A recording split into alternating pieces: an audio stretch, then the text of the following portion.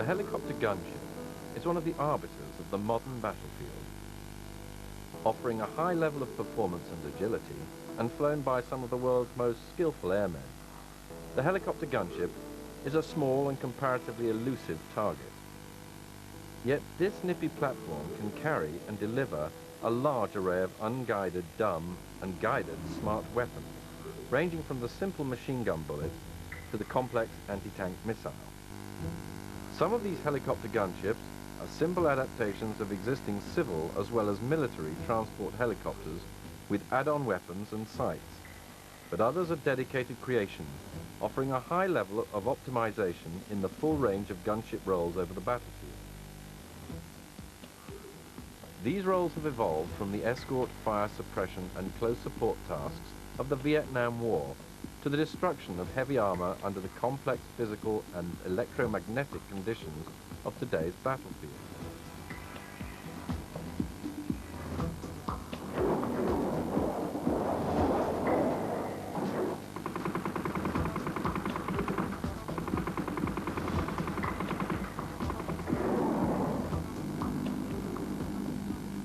The helicopter classically associated with the Vietnam War is the UH-1. It was officially named as the Iroquois, but universally known as the Huey. The Huey was a general-purpose helicopter that was one of the first of its type to enter really large-scale production with a turboshaft power plant. The type was designed for the movement of an infantry squad in a cabin, with a large sliding door on each side for ease of access and disembarkation.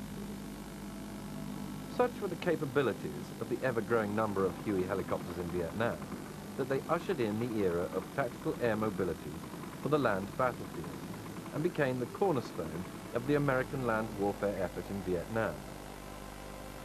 Operations revealed, though, that the Huey was vulnerable to enemy fire, both over and on the landing zone. As a result, the UH-1 began to sprout a weapons capability. This could comprise 7.62mm machine guns in the form of several fixed forward firing weapons or single trainable weapons pintle mounted in the cabin doors, or multiple launchers for 2.75-inch FFARs or folding fin aircraft rockets. Fixed machine guns and rockets were used to saturate the landing zone before the helicopter landed to disgorge its troops, while the trainable machine guns were employed to suppress the movement of enemy troops spotted as the helicopter made its way to or from the landing zone. The spotting of targets in dense cover, or forest, was always difficult in the absence of advanced sensors, and the efficiency of weapons was limited, but the armed Hueys certainly made a real contribution to the American war effort. The armed Huey helicopters were only stopgap machines pending the arrival in 1967 of the world's first specialized gunship helicopter. This was the AH-1G Huey Cobra, which combined the engine and rotor systems of the Huey with a new fuselage just wide enough for the crew, whose two members were seated in tandem, with the gunner ahead of and below the pilot, so that he had excellent fields of vision. The Huey Cobra offered better performance and agility than the standard Huey, and also carried more effective armament. Barreled armament was carried in a trainable chin turret, and generally comprised one 7.62mm 6-barrel minigun machine gun, and one 40mm automatic grenade launcher, controlled by the gun using a simple sight. Disposable weapons were carried on 4 hardpoints under the stub wing, whose 2 halves extended from the sides of the fuselage.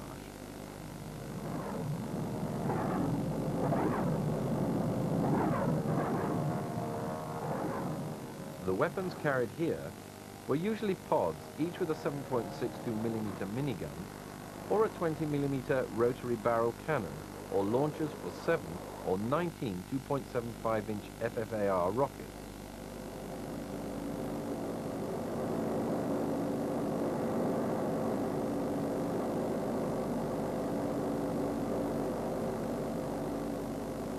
The Huey Cobra was used to escort Huey transport helicopters, but then moved ahead to soften up the landing zone before orbiting above the LZ to provide close support for the disembarking troops and then escort the Huey helicopters as they left the LZ.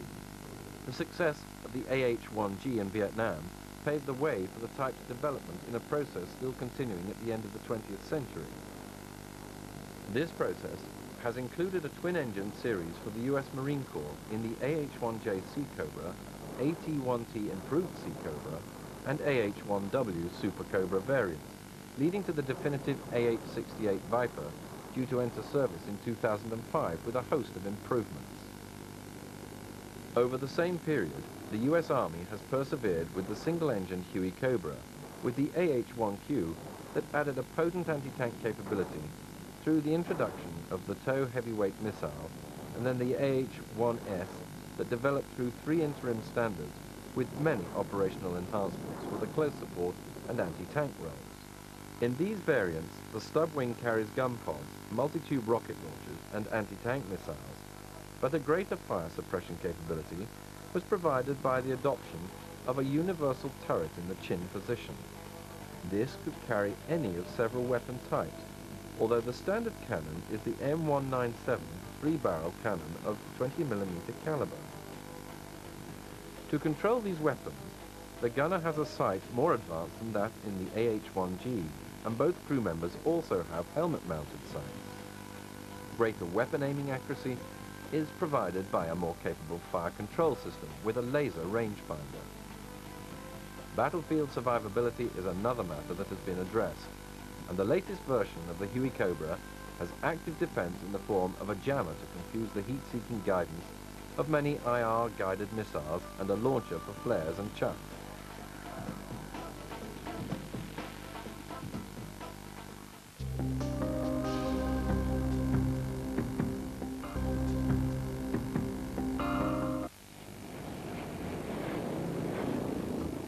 Developed in Italy by Augusta, the A-109 was schemed as a high-performance helicopter for the civil market. However, its performance is so good that the type was then developed as a utility helicopter for military service. The A-109 is a stable weapons platform, but nonetheless possesses very considerable agility, a factor that is absolutely vital for survival in operation at low level. The A-109 has been qualified with an amazing variety of weapon types and combinations. The most important weapons continue to be fixed forward-firing machine guns and cannon of various calibers in externally carried pods, and both medium and heavy caliber machine guns carried trainable on pintle mountings in the cabin doors.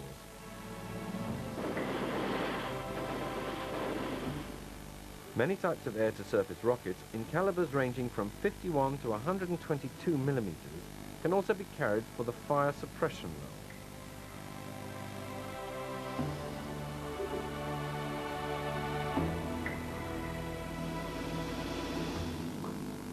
Another Augusta product is the A-129 Mangusta, or Mongoose. This is a dedicated battlefield helicopter in the pattern established by the Huey Cobra, and is optimized for the close support and anti-tank roles with the pilot above and behind the gunner in separate vertically staggered cockpits. The fuselage is narrow, so the disposable stores are carried on 4 hard points under the stub wing, extending from the sides of the fuselage on the center of gravity position. The power plant is based on 2 turboshaft engines for greater survivability, and these Rolls-Royce GEM units power an advanced rotor system for good performance and a high level of agility. The twin-engine power plant is only one of the Mangusta's many survivability features, which include structural and system features, as well as protective aspects such as a crash-resistant fuel system and armor. The poorest aspect of the Mangusta's operational equipment is the location of the primary mission sensors in a nose turret. This is aerodynamically efficient, but means that the pilot has to lift virtually the whole of his helicopter's airframe above cover to acquire and track targets, with a consequent increase in the chances of the helicopter being seen and shot down. A future upgrade may well relocate these sensors to the optimum position, above the main rotor as a mast-mounted sight system. The Mangusta's primary anti-tank weapon is the TOW, of which 8 can be carried, although alternatives that can be carried in identical numbers are the laser-guided Hellfire and optically commanded HOT of American and European origins, respectively. The anti-tank missiles are carried on the outer hardpoint, leaving the inner units for machine gun or cannon pods, or multi-tube launchers for air-to-surface unguided rockets. The guns and rockets provide the Mangusta with a formidable area suppression capability. An older German helicopter analogous to the A-109, in that it was developed for the civil market but then adopted, despite its high cost unit, by the military as a result of its high performance and considerable agility, is the BO-105. Based on a pod and boom fuselage, and with an advanced four-blade main rotor of the rigid type, powered by two turboshaft engines, the BO-105 is fast, and perhaps more importantly, easily and effectively controlled in the type of low-altitude flight typical of military nap-of-the-earth battlefield operations. In its primary anti-tank role, the BO-105 is known as the Panzerabwehrhubschrauber Nummer 1, generally abbreviated to PAH-1. This is flown by a two-man crew, the pilot and gunner, who are seated side by side at the front of the cabin. The armament, carried on pylons projecting from the sides of the fuselage, comprise 6 hot anti-tank missiles. These offer good standoff range and potent armor-penetrating capability, and are controlled by a stabilized sight in the roof above the gunner.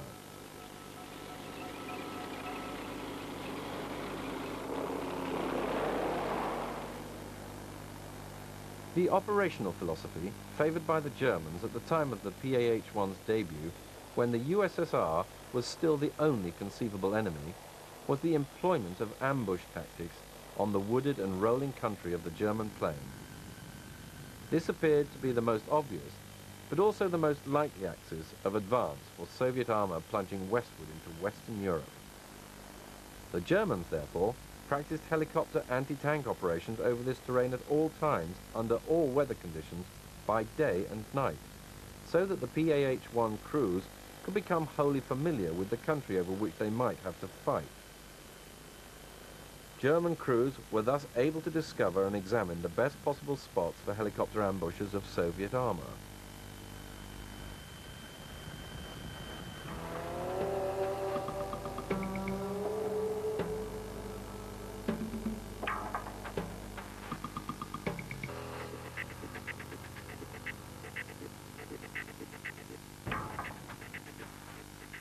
Forward operating locations, or FOLs, were also established close to the Soviets' probable axis of advance. This was designed to reduce to a minimum the time that the PAH-1 crews would have to take in flying between a base and the front. The FOLs were manned by essential personnel and stocked with key equipment and maintenance stores, as well as fuel and anti-tank missiles. The ambush tactic used by the Germans was a low-altitude approach to the front, followed by a nap-of-the-earth ingress to the ambush position, all the while communicating with friendly forces in the area to ensure that there were no so-called friendly fire accidents. Loitering behind cover, such as a wood or a low hill, the helicopter's crew then waited for the arrival of Soviet armor, and then tracked the selected target using the helicopter's stabilized sight. At the optimum moment, the hot missile was fired and controlled to impact, whereupon the helicopter moved and repeated the operation. Once all 6 missiles had been expended, the pilot could land the helicopter and the crew could replenish the external hardpoints with reload missiles carried in the cabin or return to an FOL.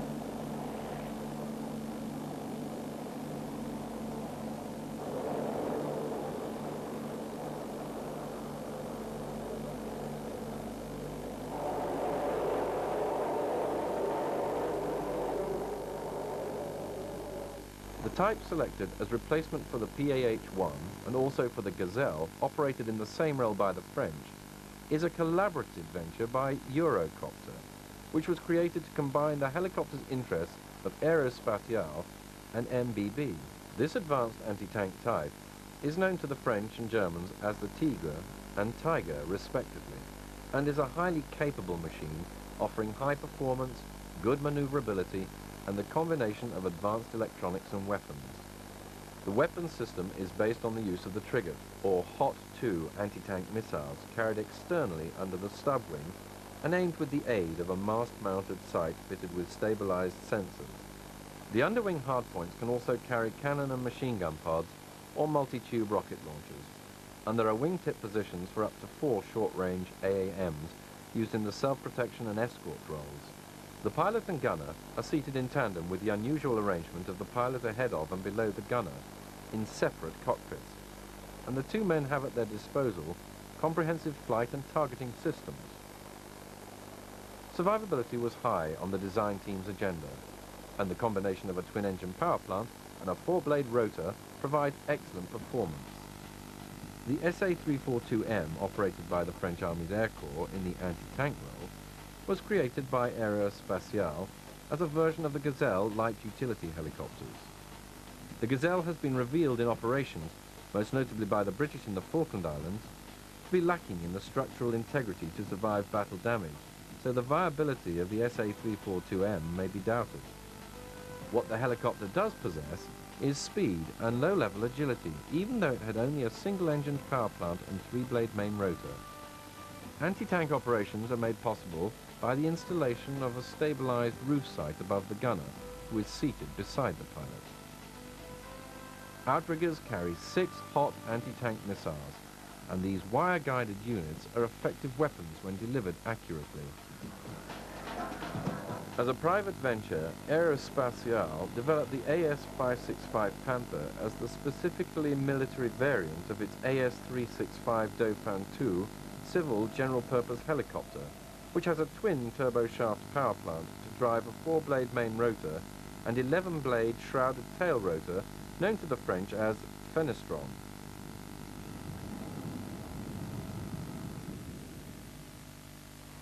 Each blade is based on a CFRP or carbon fiber reinforced plastic spar and CFRP skin separated by Nomex honeycomb material. The process of building the spar, cutting and fitting the Nomex and then building the skin is undertaken largely automatically and is one of the features that ensures accuracy and freedom from defect.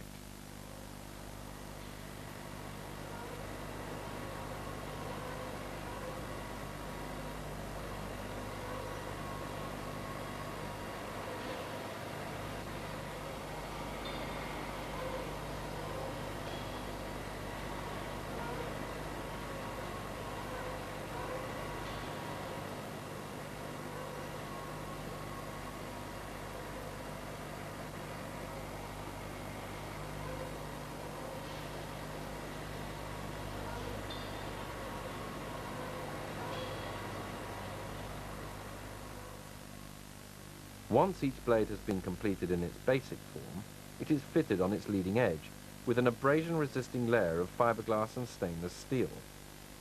The completed blade is then subjected to rigorous static and dynamic testing to validate its structural integrity. Only after this are the 4 blades attached to the Starflex rotor hub by means of elastomeric no-maintenance bearings.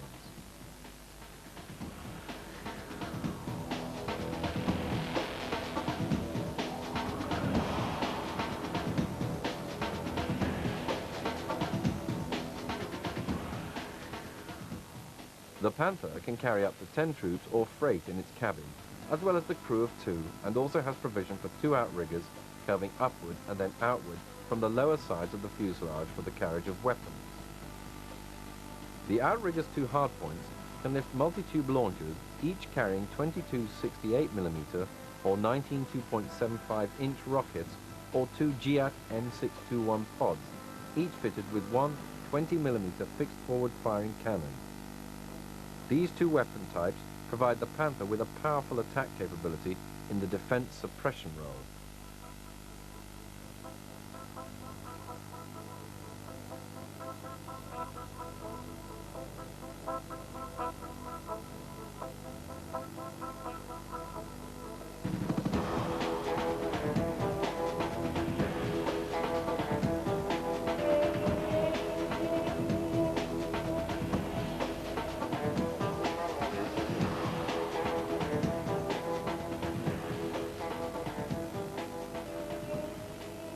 Provision has also been made for the Panther to operate in the escort role, in this instance with two 4-round packs of Mistral short-range AAMs. Further enhancement of operational capability is vested in the addition of anti-tank capability, with an armament of up to 8 tow or hot, heavyweight anti-tank missiles aimed and controlled by means of a stabilized sight in the roof of the cabin above the gunner's position.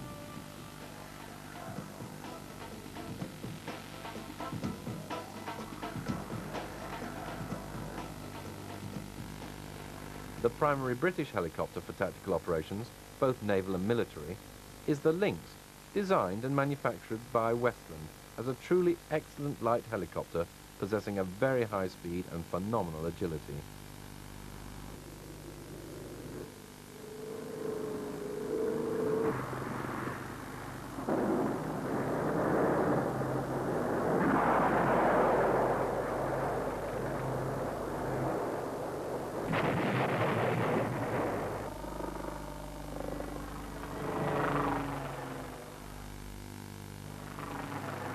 In most of its land-based military versions, the Lynx has twin-skid landing gear rather than the Naval Lynx's tricycle landing gear, and in overall design terms, the helicopter has a pod and boom fuselage with a large cabin accessed by a sliding door on each side and 4-blade main and tail rotors. The main rotor is of notably advanced design and is of the semi-rigid type, with special wide-chord blade tips. The rotor system is powered by two Rolls-Royce GEM turbo shaft engines, and the complete dynamic system is very neatly installed for minimum weight, volume and drag.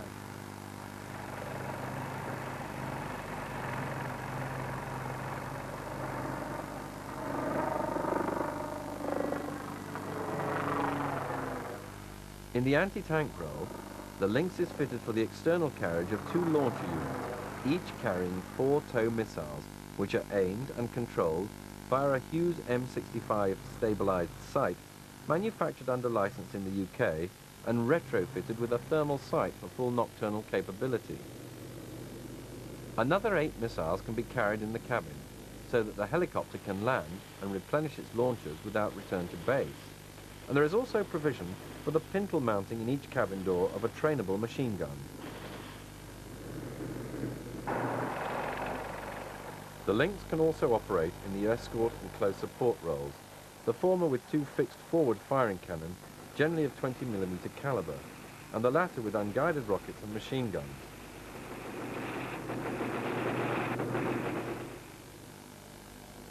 The Lynx can carry 2 multi-tube rocket launchers and 2 machine gun or cannon pods on these hardpoints.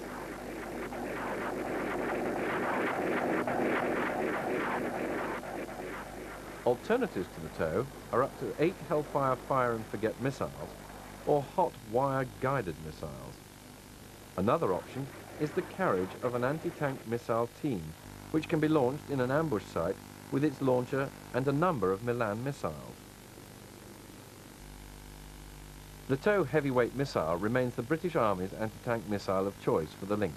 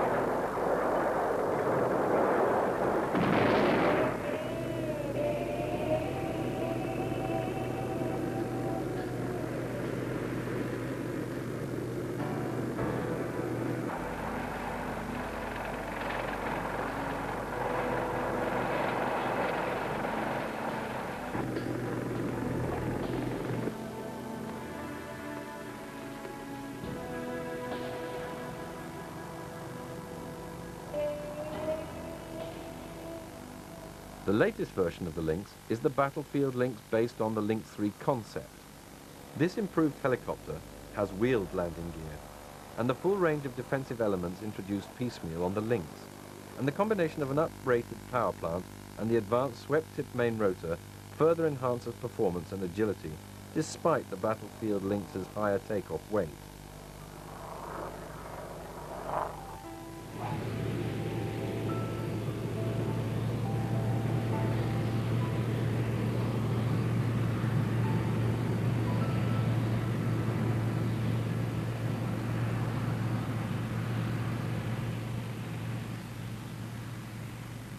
The weapon options of the Battlefield Lynx are basically similar to those of the Lynx, although the favoured anti-tank missile is the Hellfire, of which up to 16 can be carried.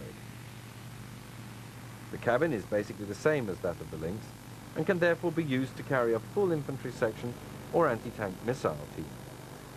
The overall capabilities of the Battlefield Lynx are very high, and further improvement could be effected by a better suite of defensive electronics, which already include an infrared jammer under the boom and a radar warning receiver.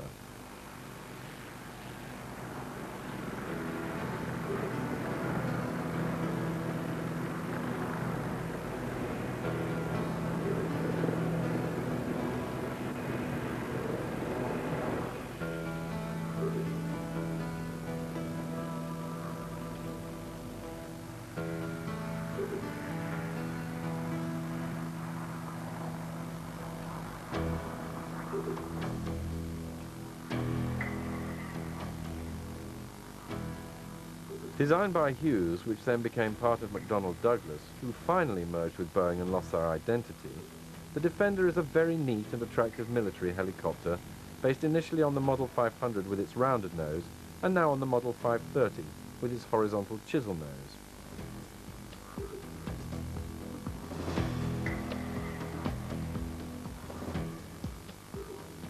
Powered by a single Allison turboshaft engine, driving a 5-blade main rotor and 2-blade tail rotor, the Defender has a pod and boom fuselage, an extensively glazed cabin, and twin-skid landing gear. The performance is very good and the agility decidedly superior. The Defender has 2 outriggers, each fitted with a single hardpoint, and each of these can carry 2 Stinger short-range AAMs, or a 7-tube launcher for 2.75-inch rockets, or a pod for 1 0.5-inch machine gun, or a pod for 2 7.62mm machine guns, or a launcher for 2 tow missiles. The tow sight is carried in the optional mast-mounted sight, and a forward-looking infrared sensor is optional in a chin turret. Relatively cheap to buy and operate, the Defender is a highly cost-effective helicopter gunship.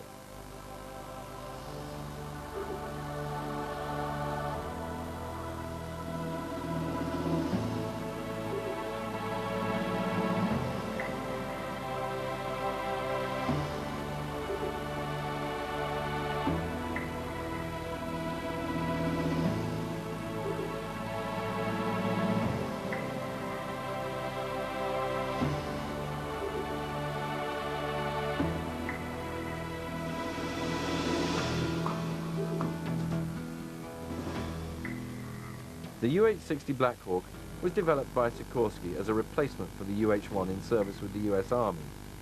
The type is larger than its predecessor, even though it was designed for the carriage of the same load of 14 infantrymen, but offers singly higher performance, especially under hot and high conditions, through its much greater power. 2 General Electric T700 turboshaft, each delivering 1,622 horsepower in the original UH-60A model, drive the 4-blade main and tail rotors. The helicopter has fixed tailwheel landing gear and a cabin accessed by a large sliding door on each side. Other features include comprehensive survivability features, both active and passive, and advanced avionics that provide the Black Hawk with the ability to fly safely in all weathers by both night and day, under all climatic and geographical conditions. The net effect is to provide the US Army with a go-anywhere, do-anything capability far better than that which could ever have been offered by the UH-1. The greater power of the Black Hawk also makes the helicopter better able to carry heavy loads, including drop tanks and weapons.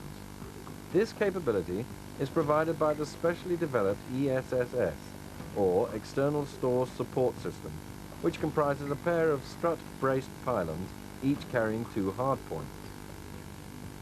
The ESSS can lift 4 drop tanks, providing a range of 1,380 miles, or alternatively, a significant weapons load. These weapons can include 4 M56 mine dispensers, allowing the Black Hawk to lay tactically important minefields.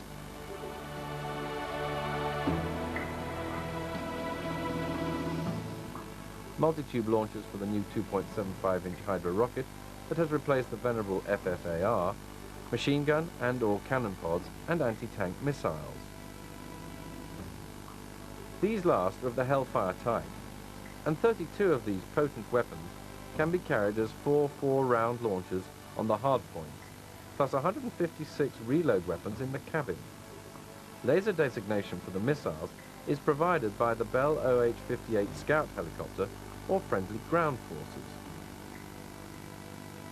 Pintle-mounted machine guns can also be fitted as trainable weapons in the cabin doors. The Mill Design Bureau was the USSR's primary creator of land-based helicopters, and the most important of its tactical transport machines was the Mi-8, known to NATO as the HIP and later updated to the Mi-17. In tactical terms, the Mi-8 was the Soviet counterpart of the Huey, but is an altogether larger and more powerful helicopter with a payload of 24 troops or 8,800 pounds of freight. The type is still in service with the Commonwealth of Independent States that succeeded the USSR from 1991, and also with many former allies and clients of the USSR.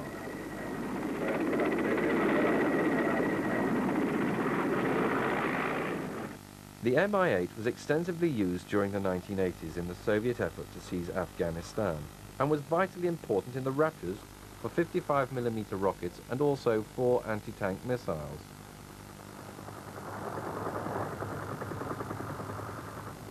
The reality was that the Mi-8 was too large and cumbersome for effective solo use in Afghanistan, and the type was soon supplemented by the Mi-24, known to NATO as the Hind. A later and far more capable helicopter, the Mi-24, is smaller than the Mi-8, but it has a considerably higher power-to-weight ratio for improved performance. The Mi-24 was operated in 2 forms, as a tactical transport and as a gunship. The tactical transport could carry 8 infantrymen and also carried heavy external armament, while the gunship had a revised forward fuselage with the gunner and pilot seated in tandem in separate vertically stepped cockpits. The Mi-24D initial gunship had a 12.7mm trainable forward-firing machine gun in a chin turret, and a stub-wing arrangement with 6 hardpoints for 5,290 pounds of weapons, including multi-tube rocket launchers, machine gun and cannon pods, anti-tank missiles with a potent capability against bunkers and field fortifications, and even bombs of various types.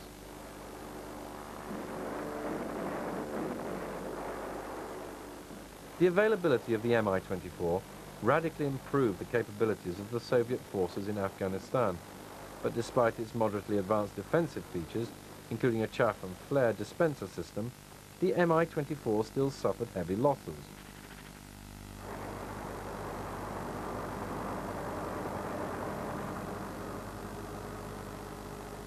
The Soviets operated the Mi-24 in mixed teams of transports and gunships, in much the same way that the Americans had used the UH-1 and the AH-1 versions of the Huey in Vietnam. The gunships scouted for the transports and escorted them en route to the landing zone, and then softened up the LZ with machine gun and rocket fire as the transports prepared to land. The gunships then loitered in the vicinity, using the maximum possible protection provided by its defensive system to provide close support to the troops landed from the transports. The major threat to the Mi-24 at low level was the fire of cannon and heavy machine guns, while at medium altitude, the real enemy was the surface-to-air missile, or SAM. The Afghan resistance operated several types of Western-supplied shoulder-launched SAM, the most successful being the American-made Stinger. The Mi-24 was also delivered in modest numbers to favored Soviet client states including the Sandinista regime of Nicaragua in Central America.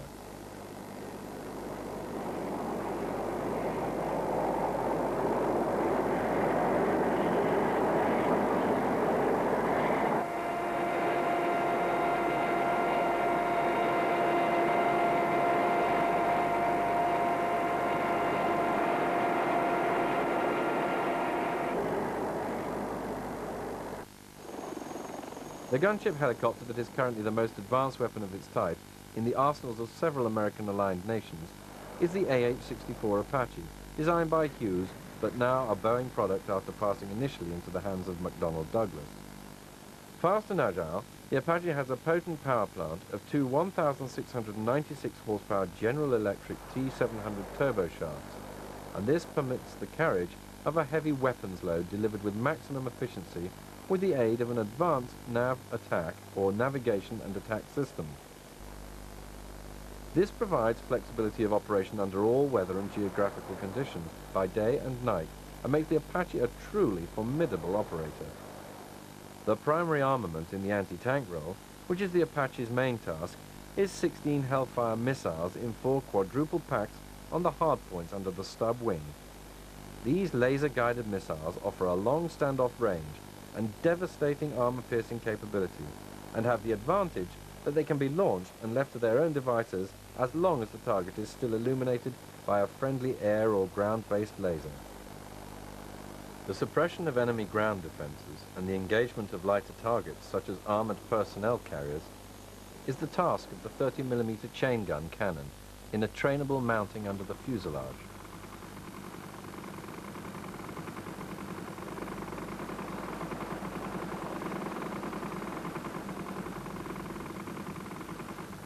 The hard points under the stub wing can also be used for multi-tube launchers carrying up to 76 2.75 Hydra air-to-surface rockets. A full salvo of these rockets, available with a number of roll-optimized warheads, is a genuinely devastating area weapon.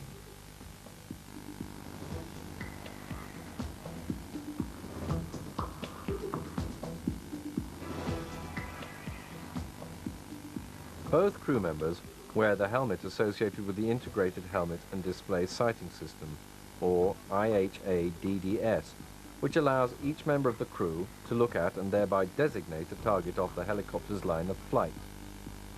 The gunner's primary sighting system is the TADS, or Target and Acquisition and Designation Sight, with its sensors in a nose turret.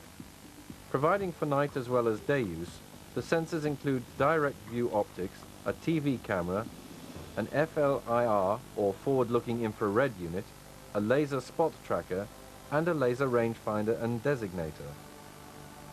The system provides for the manual or automatic tracking of designated targets, and data is fed to a head-down display in the gunner's cockpit, ahead of and below the pilot's cockpit. The pilot's primary sensor arrangement is the PNVS, or Pilot's Night Vision Sensor. This is based on an FLIR in a nose-mounted turret and provides the pilot with a thermal image of the ground over which he is flying for accurate yet safe nap-of-the-earth flight profiles, even under the most adverse night conditions.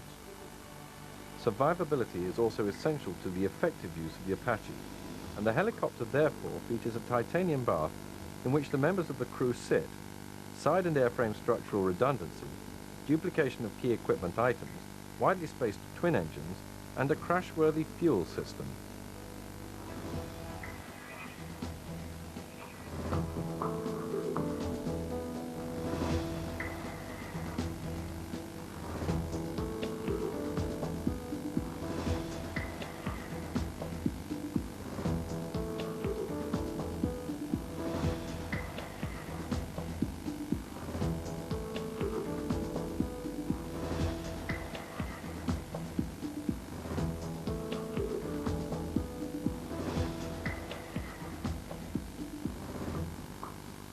The helicopter is designed to take hits on the fuselage and rotor blades from ground fire of up to 23mm caliber and remain operational, and this capability has been well proved in testing and operations.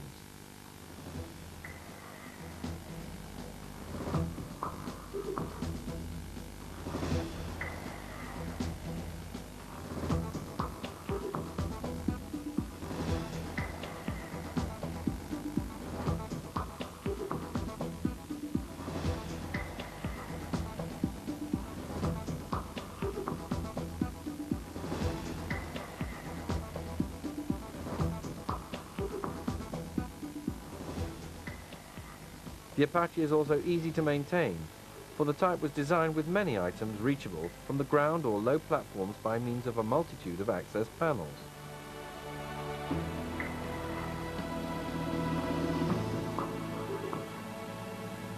The Apache had a large internal fuel capacity for moderately long-range or extended mission endurance. The type can also carry 4 external tanks for long self-ferry missions. These latter can include a capacity to cross the Atlantic in several stages.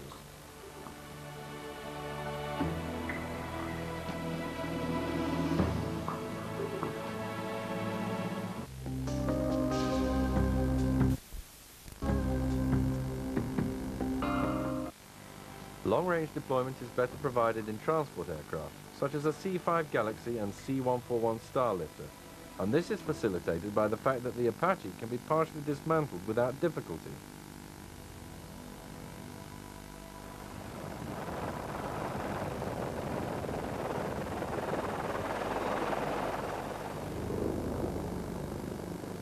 The main disadvantage of the Apache's original AH-64A model is the location of its primary sensors in nose turrets. This limitation, requiring the pilot to lift most of his helicopter above cover to bring the sensors to bear on a possible target, was addressed in the AH-64D improved model. This has a mast-mounted sight above the main rotor for a millimetric wavelength targeting radar used in association with a modified version of the Hellfire missile with semi-active radar homing.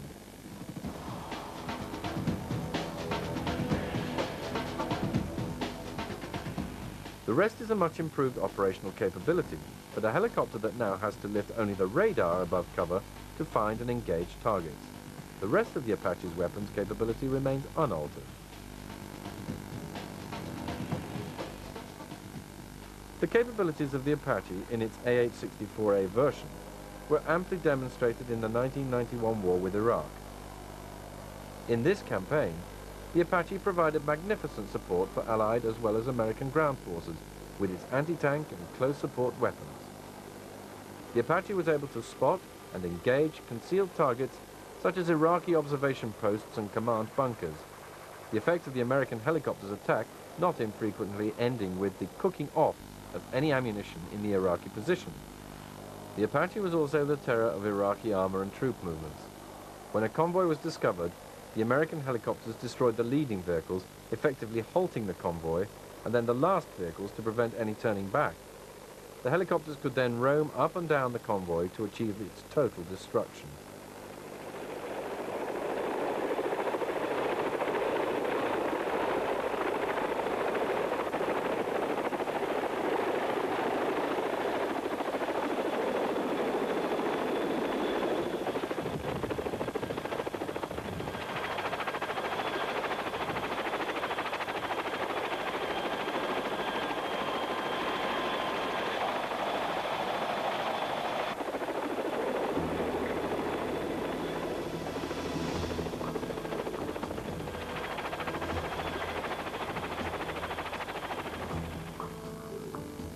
The latest multi-role and gunship helicopter earmarked for American service is the RAH-66 Comanche, a stealth helicopter designed, developed, and built by the teaming of Boeing and Sikorsky. A type much delayed by political and economic factors, as well as technical problems and operational changes, the Comanche should begin to enter service about 2005. The Comanche is intended primarily for the scouting role, reporting back to a team of Apache gunship helicopters, but possesses a useful attack capability of its own and can also operate as an escort. The undernose turret carries a 20mm 3-barrel cannon, and disposable weapons are carried in 2 internal bays and the 2 halves of an optional stub wing.